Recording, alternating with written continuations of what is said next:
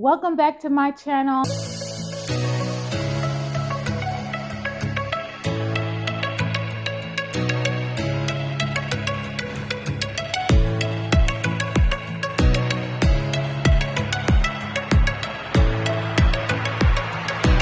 So this week we're going to be discussing more about self-management. Just a quick recap on self-awareness. Self-awareness is how we acknowledge our feelings, how we monitor our feelings, how we objectively look at ourselves and really try to do our best to stop the negative self-talk.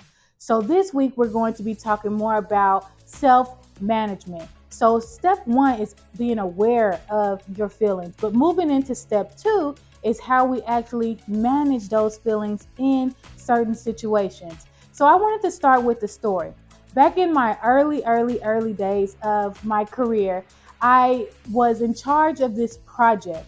And this project was about a new tool that we were going to be getting in our organization. And I was in charge of checking access for everyone and collecting all the data and taking every different step of access to the next step. So it was a pretty big deal. It was my first project. I was really excited to be able to be over something like that. So as I was going through, I remember going to my boss. We were meeting every single day about the project because the tool was really important. And I would always ask him when they gave me the list, is this the most updated and completed list that we were going to have for the project? Are these all the people I needed to check access for? I asked him that every day. And so I remember when the client came to help us and to look over our progress, I was going through the list, showing them all of the data, preparing for the next steps. And then they asked about a different group of people in the organization. And I said, they were not on the list, but if we need to start tracking them, we can. So then my boss said, I thought I told you we needed to track those people in front of everybody, right? So let me preface this by saying one of my triggers, we talked about triggers in the last video, one of my triggers is being embarrassed or made to look incompetent. That is one of my landmine triggers. And it was definitely pushed. That button was definitely pushed that day. So I went back to my boss and I said, no, we never did talk about that. I asked for the list every single day and I was provided the list. But, we went back and forth until finally they were like, okay, well, we just need to get this done. So I left out of the meeting. I was very, very upset because I could tell that there was a lot of people who were disappointed. We were going to have to go back several steps to make sure this other group of people were able to get access. It slowed down the whole project. And I truly believed that I was doing everything that I needed to do in order to be successful. So at that time, this is like me understanding emotional intelligence and self-awareness. I ran to an office, an empty office, and I cried. I was extremely upset. I could physically feel the reaction in my body. I started to feel hot. I could barely speak. I was crying, but then, I did what I needed to do. I fixed my makeup. I put some the drops in my eyes so my eyes weren't red for the rest of the day, and I went back out there to finish collecting the data. And then after that, my boss, he would give me extra breaks here and there, be very lenient with my schedule. That was his way of apologizing for the issue. So we're going to come back to this story a little later in my talk, but I wanted to start off with that because those are one of those situations where, one, you really have to know your triggers, and two, you really have to know how to manage yourself through those situations, especially when you have other things that you have to continue to do, even though you're really upset.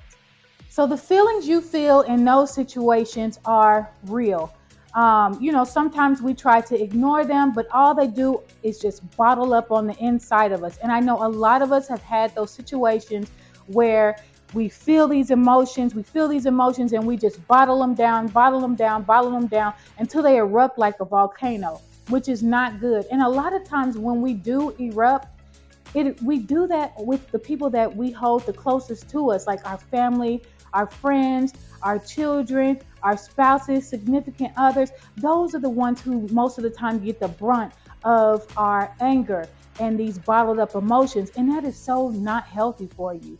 Or you erupt or you explode during a time that is really not advantageous for you. So, for example, sitting in a meeting, one of your triggers is hit, you've been bottling up all this emotion, and then you go off on everybody in the room. That is also not a really good way to manage your emotions. So, again, once you're aware of those emotions, you can take the time to learn how to manage them. Next, we're going to talk about the 3 steps to help you with self-management. The first, of course, is being self-aware. As part of emotional intelligence, being self-aware is the most important. As part of self-management, being self-aware is the most important. Because if you do not know how you feel, you're not going to be able to manage those emotions. So the first step is know thyself, right? So you have to understand your emotions and how you're feeling, knowing your triggers, knowing when your hot buttons are about to be pushed, all of that. Understanding that is the first piece, and it's the most important. The second piece is acknowledging your feelings. So some of you may say, well, what's the difference between knowing how you feel and acknowledging your feelings? I can say, I feel really upset right now, but that doesn't mean that I gave myself permission to be upset. So acknowledging those feelings is really taking that next step to say, I feel really upset right now, and it's okay. It's okay that I'm really upset right now.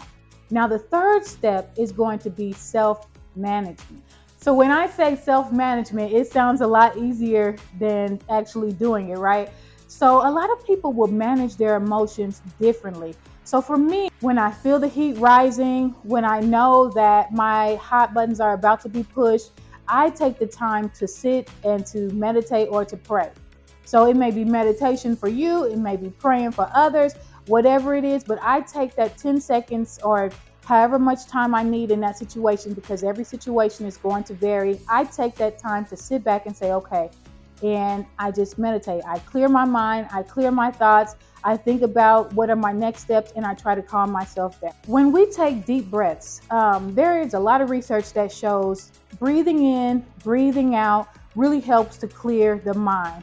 Once you start to get that oxygen flowing, it really starts to clear your mind. And I know you may say, oh yeah, breathe in and breathe out, but it truly does help. I've been in situations where taking deep breaths in through the nose, out through the mouth, really has slowed down my heart rate and really cleared my mind so that all the electrodes and everything that's going on in your brain can really fire the way that they need to, so that you can make clear and concise decisions for your next move. So going back to the story that we were discussing earlier, the situation that I mentioned, one of the things that I did when I ran to the empty classroom, I called someone that I trust. So for you, that may be several different people, and that trusted person for me is my mother. So I called her and she was able to help me calm down. But your trusted person really needs to be someone who understands you, but is also not going to rile you up so that you are even more upset. This trusted person needs to be someone who knows how to calm you down, knows how to acknowledge your feelings, but also give you good advice on how to move forward, so that you can do the things that you need to do with your project, your job, creating a solution for the problem, whatever it is. It's really important that you're just not going to choose anyone who's going to say, oh yeah, girl, I see why you upset and they shouldn't have did this. In that moment, when you're calling that person, you need to be sure that they are going to help you to move forward in the things that you need to do. Again, I called my mother at the time, and she was able to calm me down. She was able to get me focused and to push me forward so that I could continue doing the things that I needed to do. So that's another way, right? We talked about prayer, we talked about meditation, calling a trusted person. Another option that you have in those situations is to walk away. So sometimes walking away is the best way. If you have the opportunity, even if you're in a meeting and you can tell someone is pushing your buttons, if the situation allows you to walk away, you can assess that and make that decision at the time. So for example, if you're in a meeting and you can tell that tensions are really rising, it may be best to just suggest that you guys take a 10-minute break so everyone can clear their head and come back to the situation more level-headed. So walking away is not a coward move. It's nothing like that. Walking away gives everybody the opportunity to clear their mind, to move back forward into things so that everybody can be productive, because we all want to be productive at the end of the day. But if you're in a situation where everyone is just going around in circles, you guys are not being able to communicate properly, walking away is a really great solution. Walking away, but of course, coming back later to problem solve and to get things done that you need to get done. One other option that you have is to synchronize your feelings with your physical reactions. So let me give you an example of that. When I first started training and facilitating, I remember I had this class that would say, hey, when I ask you a question, your face kind of contorts like it's a dumb question. And a lot of times that's just the way that I think. And then sometimes I think that I have, RBF. So I really have practiced to make sure when people ask me a question, I just smile, or I try to have a face where it doesn't seem like people believe that I think that they are asking a dumb question, because it was never that. But perception is everything.